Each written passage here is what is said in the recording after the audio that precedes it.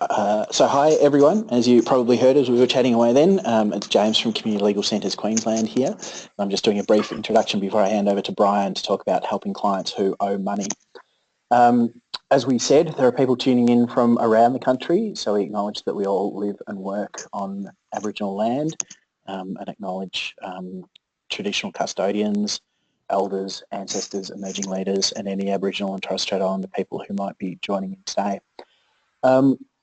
I'll take care of a couple of housekeeping things before I hand over to Brian, who's here to give you what you signed up for. You should be able to access a copy of Brian's PowerPoint through the handouts section on your GoToWebinar control panel. So you should be able to see that there, so you don't need to be scribbling madly as Brian speaks. Brian, if it's okay with you, we'll also try and capture a recording of this that we can make available to people afterwards. Are you okay with that? Probably should have asked beforehand. Certainly, yes. Terrific. If you can understand my wonderful Scottish accent. I'm sure that'll be fine, thank you. There are a couple of ways that you can ask questions as Brian's going. You can type a question into that imaginatively named questions box that some of you used a little bit earlier when you were telling us where you are. The other way that you can ask a question is to press that button that looks like a hand on the control panel. We'll see something that looks like your hand going up at our end. We'll be able to unmute your microphone. You'll be able to ask a question directly. That's housekeeping type things, I think. So without further ado, can I introduce Brian Kerr from Consumer Action Law Centre? As we said in the spiel that we sent around to the many of you who have registered, in community legal centres, under the NPA, the term that they use is financially disadvantaged, and we see lots of people coming through our doors who owe money or are otherwise financially disadvantaged. And so Brian's here to provide us with a bit of guidance in some of those areas in which our clients might owe money to different organisations. Brian, thanks very much for presenting, and over to you. Thank you very much there. Well, good afternoon, and my name is Brian Kerr, and welcome to today's webinar, which is the title is Helping Clients Who Owe Money. During the webinar, if you've got any questions, please feel free to either enter them into the Q&A or chat box below, or alternatively, you can send an email through to our training and outreach manager, the lovely Preeti, who's here with me. That's preeti@consumeraction.org.au. That email address will come up as we begin each new section in this presentation. And if you've got any questions after the webinar, please feel free to email them as well. We'll be sending out a follow-up email after the webinar with some useful links and responses to any questions that we've received. So let's get started, helping clients who owe money. Let me start by telling you a little bit about myself and what I do. I'm a senior financial counsellor at the National Debt Helpline, based here at the Consumer Action Law Centre in Victoria. Now, you don't have to remember all of that. There'll be no questions after on that. I worked as a telephone financial counsellor for almost 8 years, and I help clients in financial difficulty. I help them to self-advocate with their creditors. In this presentation, I'll be sharing some of the most common issues that we deal with every day here, and tell you how you can help your clients if they find themselves in a similar situation. But here are the main things that we'll be covering during the webinar here. Once the slide gets up, I think. There we are. First, we'll have a look at how a financial counsellor can help you. Many of you might already be familiar with financial counsellors and what we can offer your clients.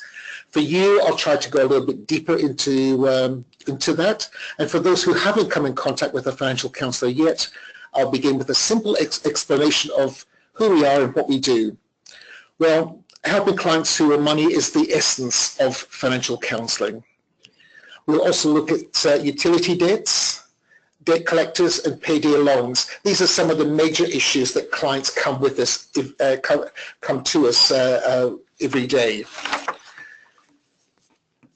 Now, who are financial counsellors? What is a financial counsellor? Financial counsellors are qualified professionals who provide information, support and advocacy to people in financial difficulty. Now, we get mixed up with things with people called financial planners, who are at the other end of the scale. A financial planner is someone that deals with excess money.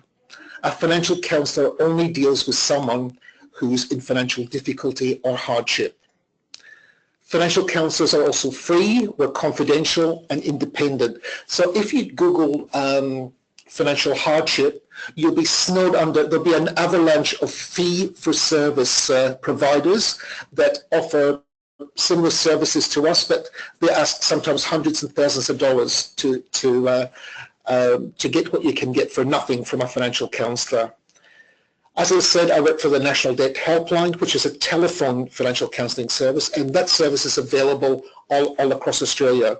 But every state and territory also has face-to-face financial counsellors.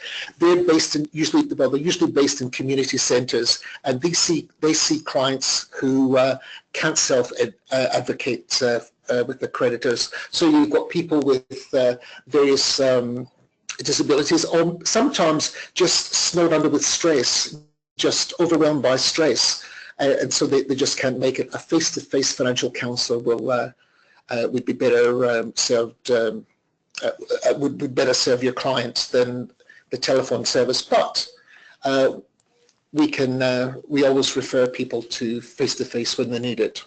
Yeah. So what is it that we actually do? Well, we can identify your client's financial options. We can advocate and negotiate for clients. This is what we're famous for.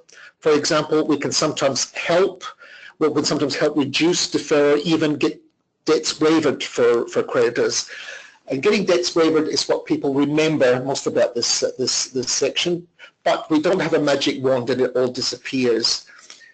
To get a debt waiver, and creditors can be quite open to waiving debts, getting rid of debts there, but only under certain circumstances. Like if you have a client who's on a disability support pension or an age pension and they've got no assets, they stand a better chance of getting the debt waived because the creditor has got nothing to go after. It's like you find that the pensions are protected and personal possessions are protected. So we can negotiate with creditors in these circumstances to get debts waived.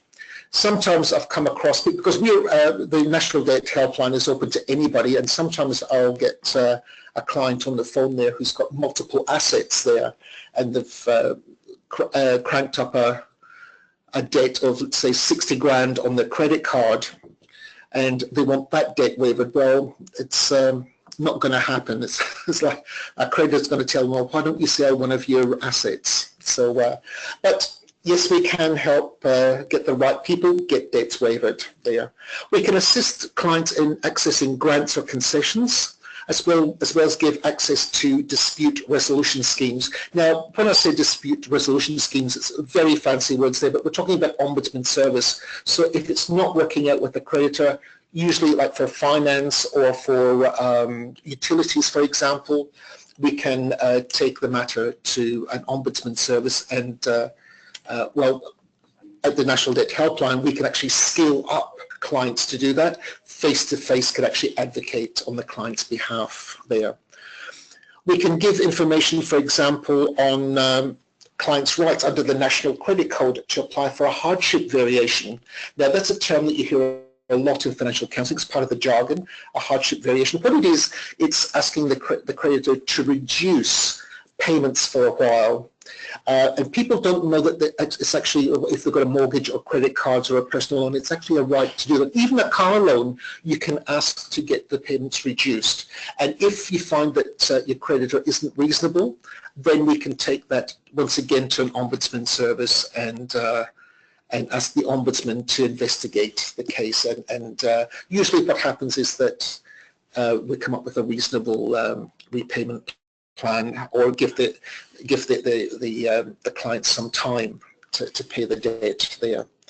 We can talk to people about how credit reporting works. That sort of ties in with talking to people about a hardship variation. When people approach the banks are scary things, mind you. They have their mortgages and they have a life in their hands with credit cards and personal loans. But what we can do is, and people are frightened that if they ask for a reduction for a short period of time, and usually we're looking at about 3 months here when we talk about a short period of time, people are frightened that that's going to affect their credit rating, and we can have a talk to them about that. We also have a talk to them about the acceptable practices of debt collectors. And anybody that's ever had a call from a debt collector can know that that can be a fairly scary place to be. And a lot of our time is spent also with talking to people about the impact of bankruptcy. We have a lot of referrals from AFSA, that's the Australian Financial Security Authority, and they're the people that oversee bankruptcy. That's the federal government department that oversee bankruptcy, and they prefer their clients to talk to us if bankruptcy looks like an option there, so that we can investigate further and we can ask the questions that they can't. Now, does financial counselling work? Well, a recent survey found that for financial counselling clients across Australia, 66% of those coming to see us resolve their financial difficulties. 74% avoid legal action. And by the way, I'm not going to give you a whole half hour of stats there, but here are some interesting ones there. And 53 avoid bankruptcy. And up to 63% improve their mental well-being.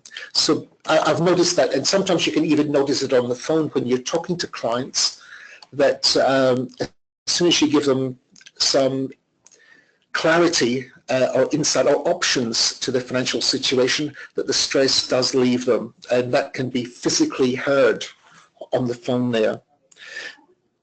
Now, what is this National Debt Helpline that I work for?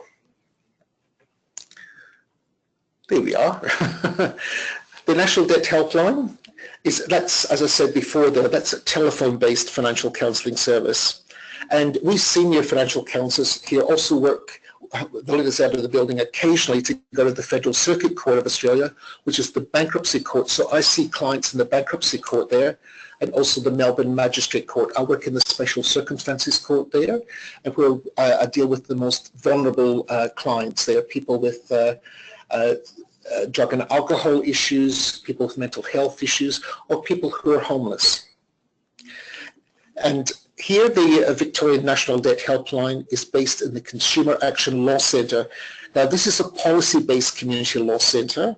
That means that we as financial counsellors can keep an eye out for systematic issues that our clients face.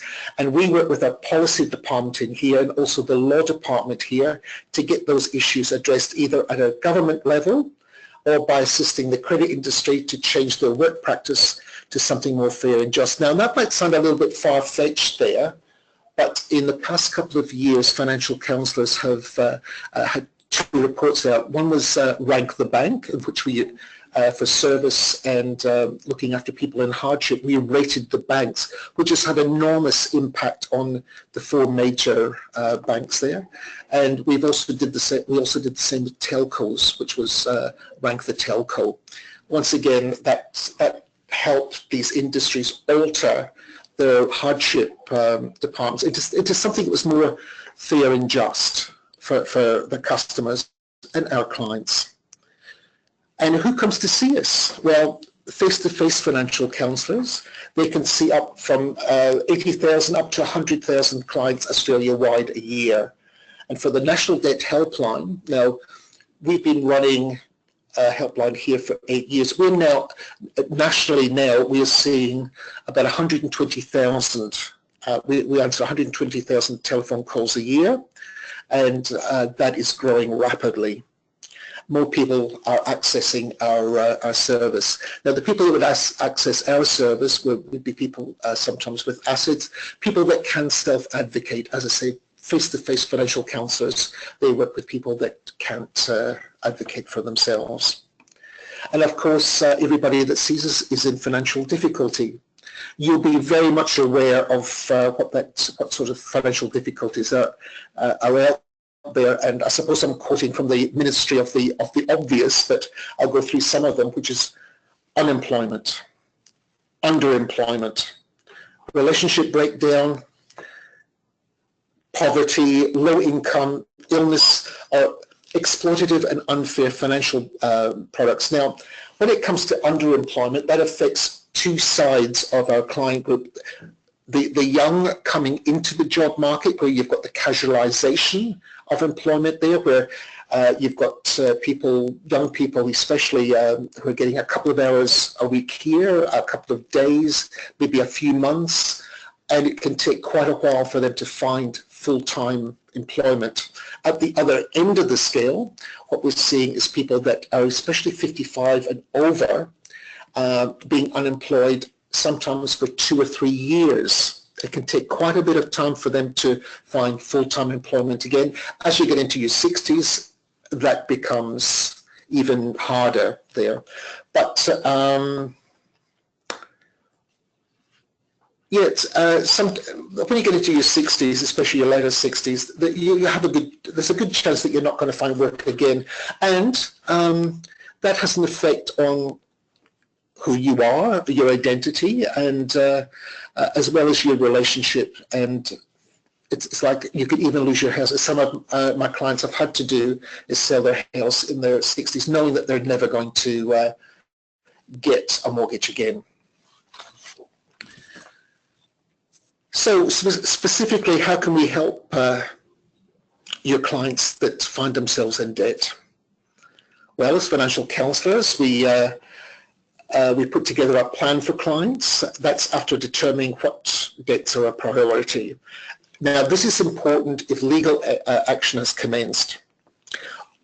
Some people make this mistake. Now, this is not people on the lower end of the financial hardship scale there, but people that are paying a mortgage, for example, they will keep the mortgage up to date but let the credit cards go and personal loans go, and be completely unaware that that can jeopardize their home. Many people don't understand that if they do default on their credit card, the credit provider can come after their house. So we can also identify our clients' needs and refer to other services for advice, and that comes through quite a lot when we're working with a client and we find out that they're at risk of homelessness. We'll refer to a housing agency there. That's not our expertise, but we'll make sure that they're referred to the appropriate body there. Now, we understand other factors affecting our client's situation, such as health. Of course, most of us now are coming more and more into contact with family violence, stability of employment, I've already talked about, relationship status, and once again, housing situation. And I suppose one of the things to keep in mind when referring to a financial counsellor is that we do provide emotional support for our client, whether it's on the telephone or whether it's face-to-face. I've said to people coming into the financial counselling sector is that you can give your client the best financial counselling advice ever, but if your client doesn't feel heard, then that advice isn't worth the air that you've breathed out giving it. Clients do feel the need to be heard and to tell the story. So yes, emotional support plays a huge part in who we are as financial counsellors. Now, at this point, I'll just have is there any questions there, Preeti? No, I'm good. Brian, it's James. I'll just chip in. I've had a question come through. Someone's asked if financial counsellors typically work with solicitors in relation to ongoing cases where they overlap or if they operate independently. So are there situations where you're working kind of hand in glove with solicitors in relation to the legal matters that a client might have? Certainly, yes. Yes, we do. I work at the Consumer Action Law Centre and we have lawyers here. And yesterday I was working on a case with one of the lawyers here too, where both skills were required, financial counselling and legal. So yes, we do cooperate and work together quite a bit. And might that happen, I mean, you're employed by the same organisation there. Might that happen for lawyers in other community legal centres working with financial counsellors from independent financial counselling organisations too? Absolutely, absolutely. There's a lot of face-to-face financial counsellors out there that use our lawyers here and work with them with cases. So the financial counsellor will, especially with vulnerable people, you don't want them working with too many people. So what the lawyers here can do is scale up the financial counsellor on the field and get the financial counsellor to work with the client. And usually there's you get the best outcome. It's less traumatic for the clients. Thanks, Brian. I think that's answered the question that came through from Rebecca. So that's great. Thank you. Oh, thank you, Rebecca. So where we're going to jump to now is it's the big utility debts. I mean, that affects all of us. It's like I think we've all felt the impact of our power bills going up and up. And when you're on New Start, especially, it's like it's pretty tough if you're on a DSP, a disability support pension. But if you're on New Start, it can be downright terrifying to get a power bill. So what to do if a client is having difficulty paying the utility debts or are worried about being disconnected. And being disconnected is a huge fear here. In Victoria, we've noticed that disconnections are increasing year after year. And this is a real common issue for unemployed and underemployed and single-parent families especially. And also for people living in substandard rentals, they're especially vulnerable. Here in Victoria, we've got many rental properties, especially in the outer suburbs there or into the country there, that don't have any insulation. They've got inadequate heating and plumbing, and that contributes to huge utility bills, and there's a terror of getting the agents or owners to fix them because of fear of eviction. So things that can get a client deeper into financial difficulty when faced with high utility bills are, and this is a common one for us, is using credit cards to pay off utility bills. That only, of course, adds to the debt there. Also, we found a lot of people are going to payday or short-term lenders. They charge a lot of money, and the client might be eligible for a government grant to help. Sometimes with the aid of a financial counsellor, we can find some other ways to have a look at the financial problem, but we'll be having a look at payday lenders a little bit later. So, what can we do to help your client with a utility debt? Well, the first thing that we do usually is that we contact the service provider and discuss more affordable options. We make sure that the client's on the best plan for the usage. Now, working with utility bills, that takes up, I think we looked at it, that takes up about a third of our time in financial counselling. We can negotiate an instalment payment plan for outstanding bills, or we can get a delay on the payment. We can get enough time for the client to get back on their feet sometimes. Now, this will vary from state to state, but we can assist in identifying power-hungry appliances at the home so that the client can be aware of the use or moderate the use if possible. And sometimes providers, that's utility providers, they partner with community agencies who will do house calls and help them assess appliances through energy audits, and that can assist to a degree. Now, I know it's very common that even with an energy audit and you've identified all these faulty products there, many people can't afford to upgrade these faulty or high energy using equipment, this high energy equipment there that would bring down the utility bills if they were replaced. In some cases, we will apply for a thing called a no-interest loan, which can help replace these goods, or a step-up loan. We also we check that you're getting the right discounts with your bill, and we'll check on your concessions and your grant eligibility there. And talking about grants and eligibility, all state and territory governments in Australia, they've got a range of discounts and sometimes grants. These will vary from state to state, but in general, they comprise of percentage discounts on usage costs, subsidised usage for people who use electricity for medical care, that's heating and cooling schemes. Some payments are towards part or whole amounts of the bill. So sometimes the whole bill can be cancelled by a grant there. But check with your National Debt Helpline on 1-800-007-007 to see what grants and concessions are available for your area there. Now, usually in dealing with utility companies, that comes to usually I find that I have disagreements, let's call it that way, all the time about a client there. Now, if I find that I'm getting nowhere and the utility company is not being reasonable, I will lodge a dispute with the Ombudsman Service. In Victoria, it's the Energy and Water Ombudsman of Victoria. There's one in Queensland with a similar name. Every state and territory has an ombudsman there.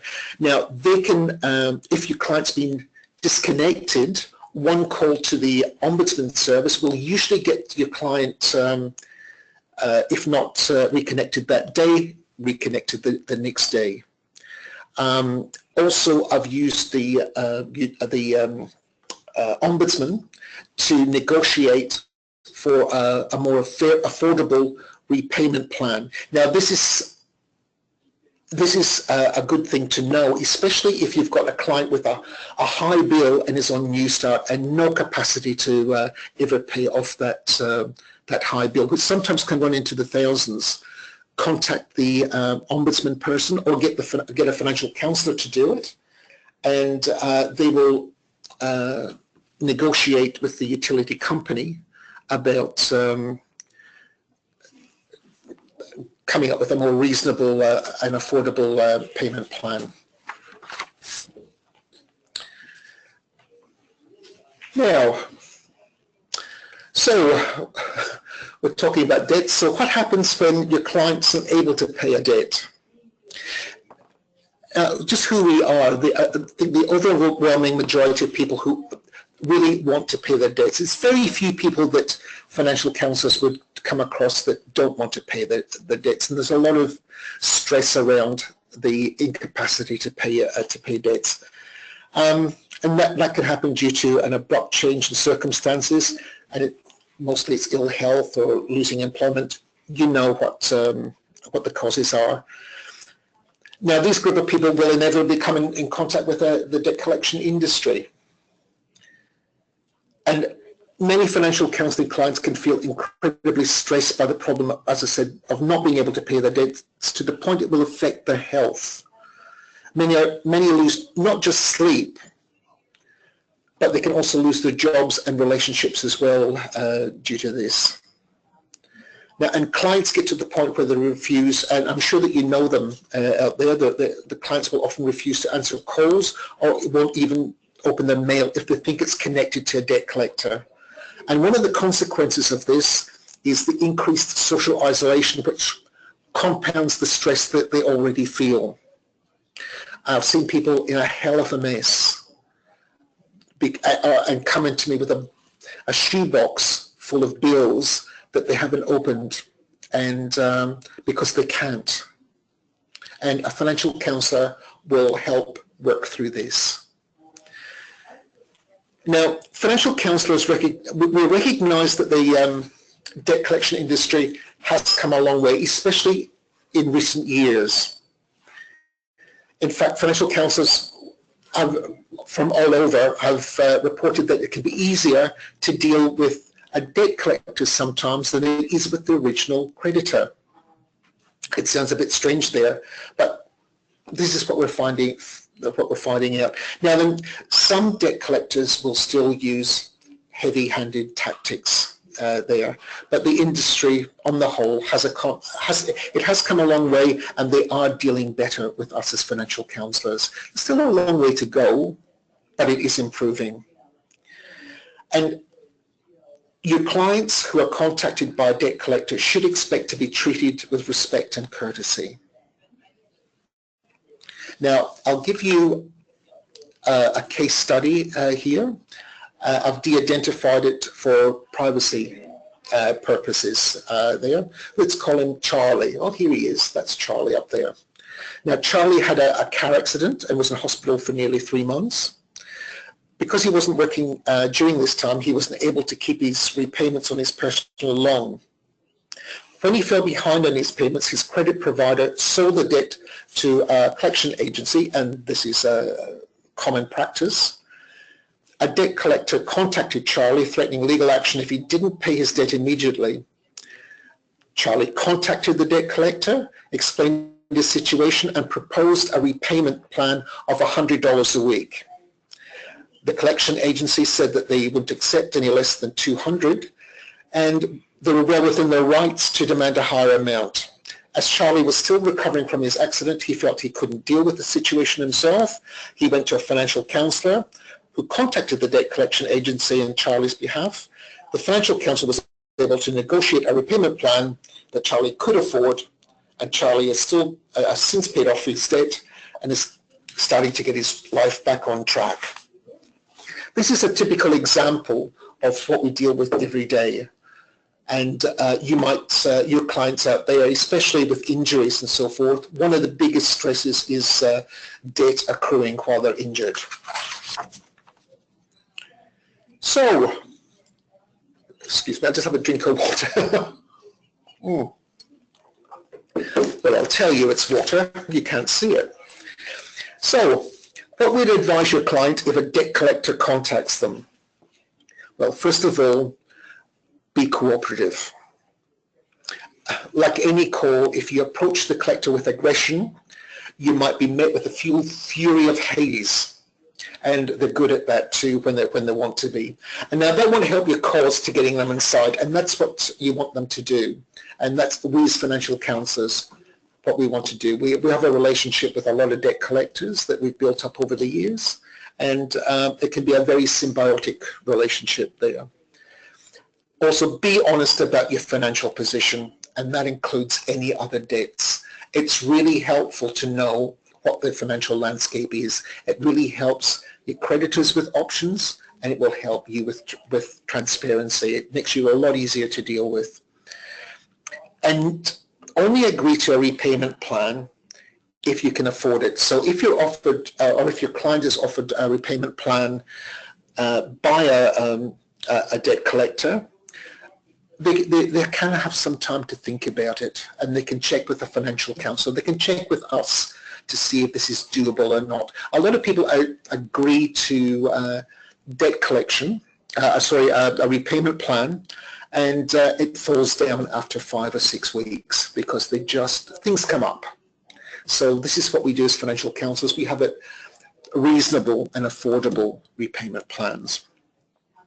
And to figure out your budget, what your client can do, or if you're advocating for your client, is go to the Money Smart website and access their budget planner. Now they've now got a mini budget planner.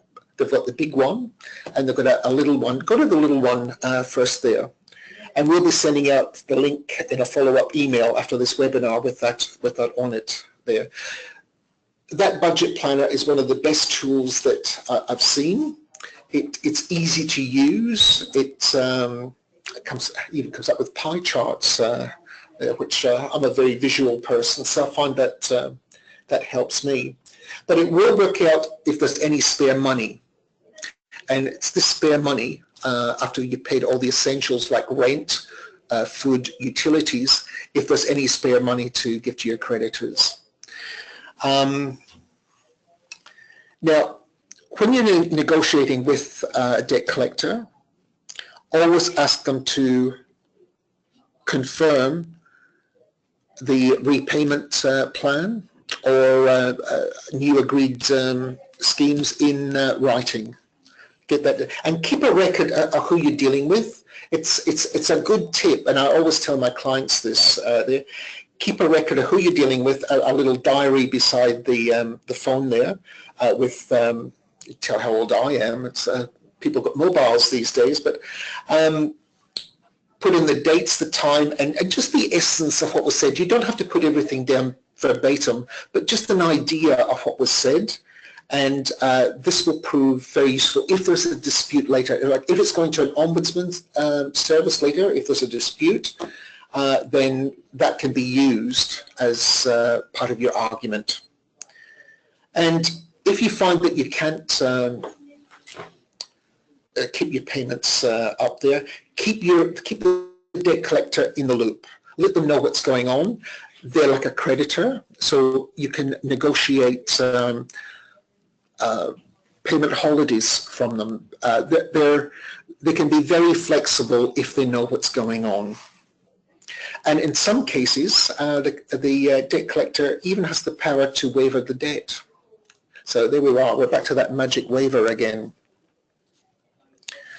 So some things that debt collectors can't do. Well, some unacceptable behavior by debt collectors. A debt collector should not use or threaten physical force of any kind towards your client or any member of the family or people connected with them. A debt collector can't remain on your client's property when asked to leave unless they have a court order.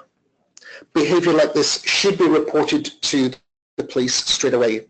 Now, when it comes to a debt collector accessing your property, that usually comes up in car repossessions there. Now then, the only way that what I say to my clients are that if you fall into arrears, well, get in contact with a financial counsellor first of all, and we'll have a look and see if it's salvageable. But a debt collector can only if the car is on your property, it can the debt collector can only repossess the car if it's with your permission or with a court order, and it might buy you not very much time, a couple of days or something, because it's very easy to get a court order. They shouldn't use harassment or verbal abuse or overbearing behavior. And the next one is what we get most inquiries on the phone there. It's about contact. They shouldn't contact your client more than necessary or at unreasonable times. There is, the contact times should be by phone, no more than 3 times a week or 10 times a month. And weekdays only between 7:30 a.m. to 9 p.m. and weekends only between 9 a.m. to 9 p.m. Now, face-to-face, this is the big fear, is no more than once a month. So a debt collector can contact your client face-to-face more than once a month. Weekends and weekends only between 9 a.m. and 9 p.m. And they can only contact your client face-to-face when there is no other way to contact the client. They can never contact your client on national or public holidays. Now, debt collection causes a great deal of anxiety and even depression amongst clients. So if you find that your clients are becoming really depressed and you feel for them, advise them to contact Lifeline, and we'll put the number in the resources at the end of the webinar. And also ask them to speak to a financial counsellor straight away. Sometimes just talking to us, we can tell them what their rights are, or if they are unable to advocate for themselves, we can prioritise them and get them in to see a financial counsellor as soon as possible. So, any questions so far? Brian, there's a couple of questions that have come in, if I could jump in. One is, you were very specific then about the regulations that apply to debt collectors. What laws regulate debt collectors' acceptable action? That goes under the it's ACCC, I think it is.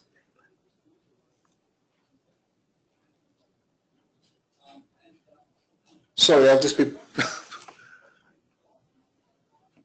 So I might jump in. I think there are debt collection guidelines that are settled by both the ACCC and ASIC, and we might ask Preeti to add a link to that to the email that's going around after. Yeah, we're just having a slight technical problem here that should be fixed up any second. Yeah. So complaints can go to the ACCC or ASIC with debt collection. Terrific. So yeah, we might simply add that. Also with the Financial Ombudsman Service there, if the debt is connected to like a credit card or a personal loan, the Ombudsman Service, because that's the origin of the debt, either the Financial Ombudsman Service or the Credit and Investment Ombudsman Service can investigate the conduct of a debt collector. Terrific. Thanks, Brian. The other question that's come through from one of our listeners is asking how much a debt collector can push a client for disclosure with regards to the amounts disclosed in their statement of financial position. And there's a specific example here where a client has declared an entertainment expense to debt collectors. What further disclosure obligations would the client have to the debt collector if the debt collector is asking for more detail? It's really up to the creditor or the debt collector there. It's a funny sort of a thing there. It's about reasonability. What they're looking for is a picture of the client's financial landscape to see if they can afford the debt or to see if they can work out a payment arrangement there. So one-off things, would I put that in? I suppose I'd discuss it with the creditor. It's like you want to know what rents are, what food, how much you're paying on food, clothing. If you've got kids, how much that is.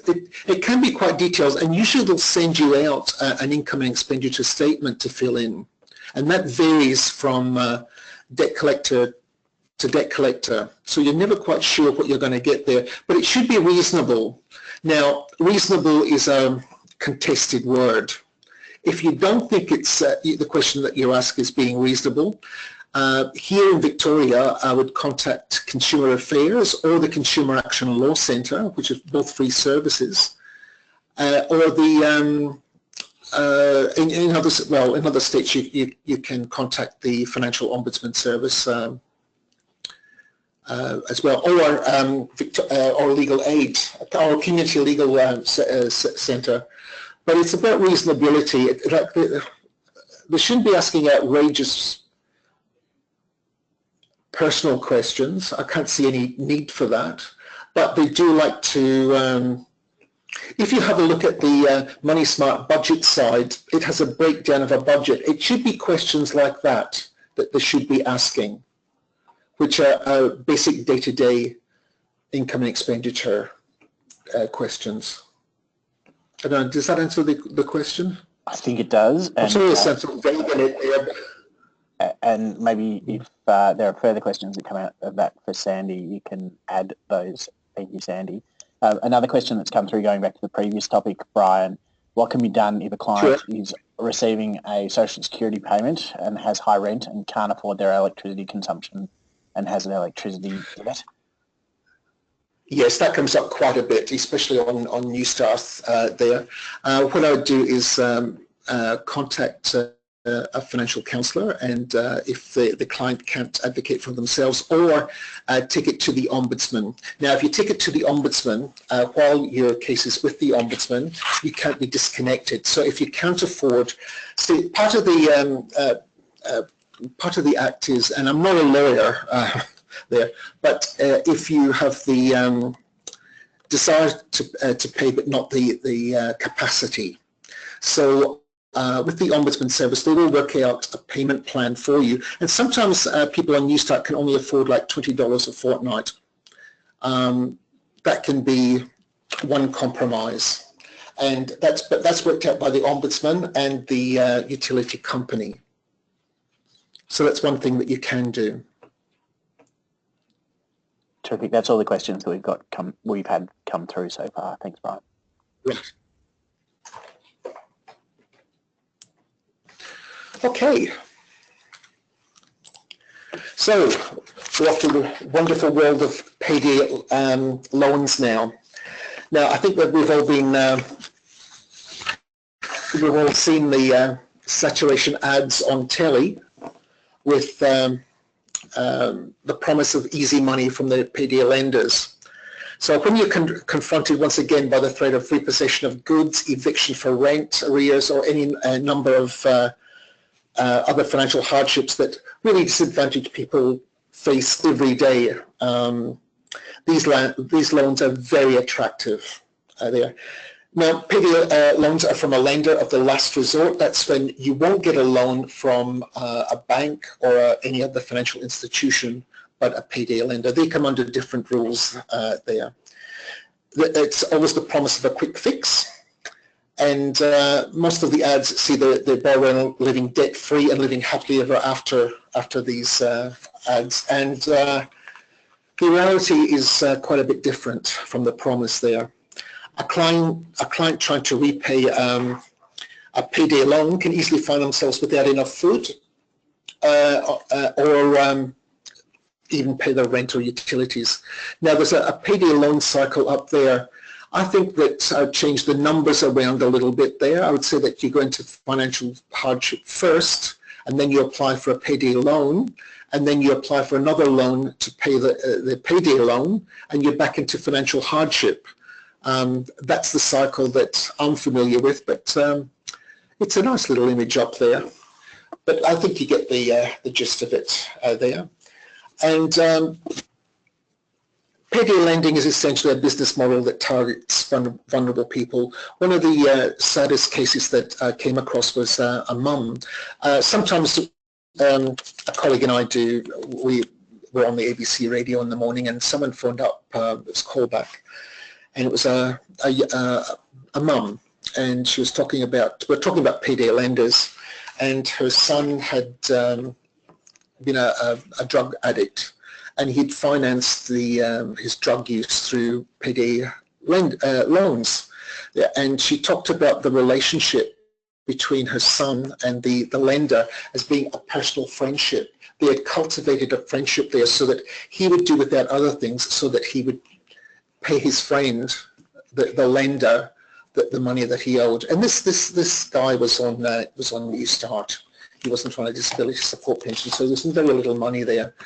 And following that, the owner of the payday loan company phoned up and said that he was actually doing a community service. So I don't think he'd been listening to the mother at all there.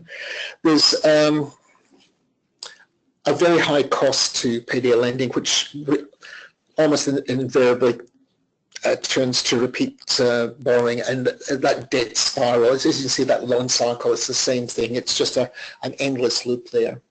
And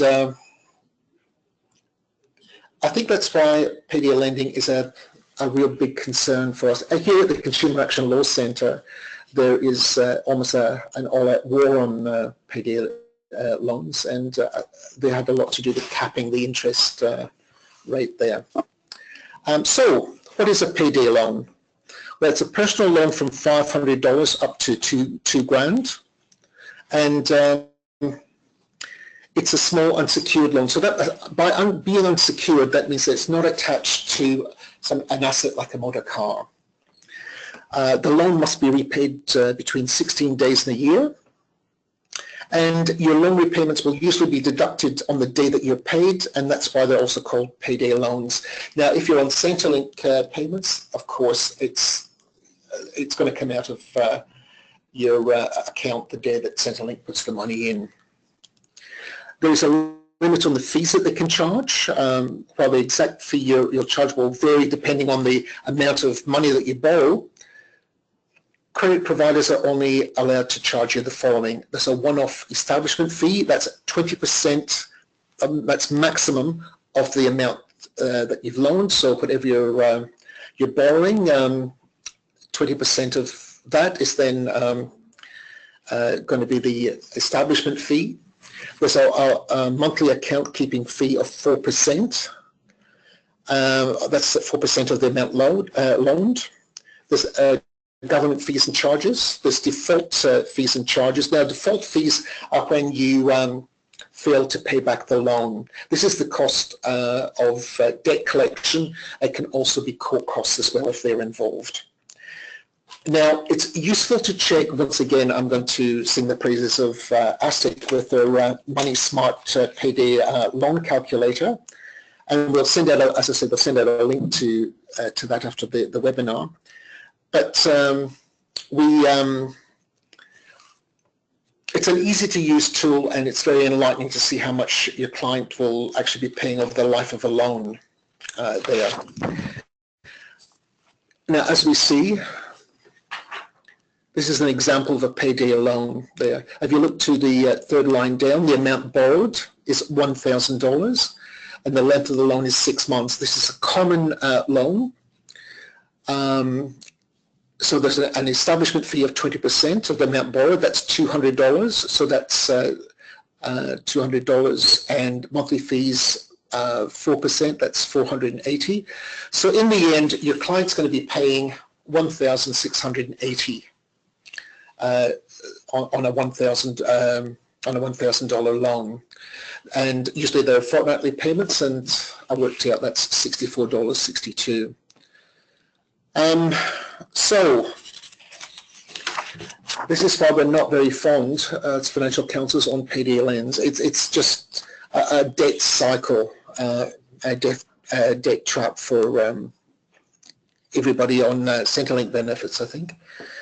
Now, there are some legal obligations on lenders. Credit providers, and that's payday lenders as well, are required by law to lend money responsibly. That means that they must not lend you money that they think, if they think the credit would be unsuitable for you. So they've got a responsibility there to your client. And there's some circumstances where it's less likely for a lender to give you a quick loan.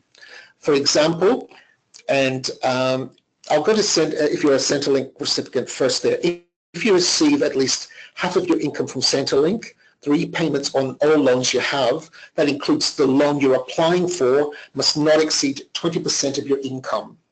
If they do, you won't get the loan. If you have 2 or more other payday loans in the past 90 days, then you won't get a loan.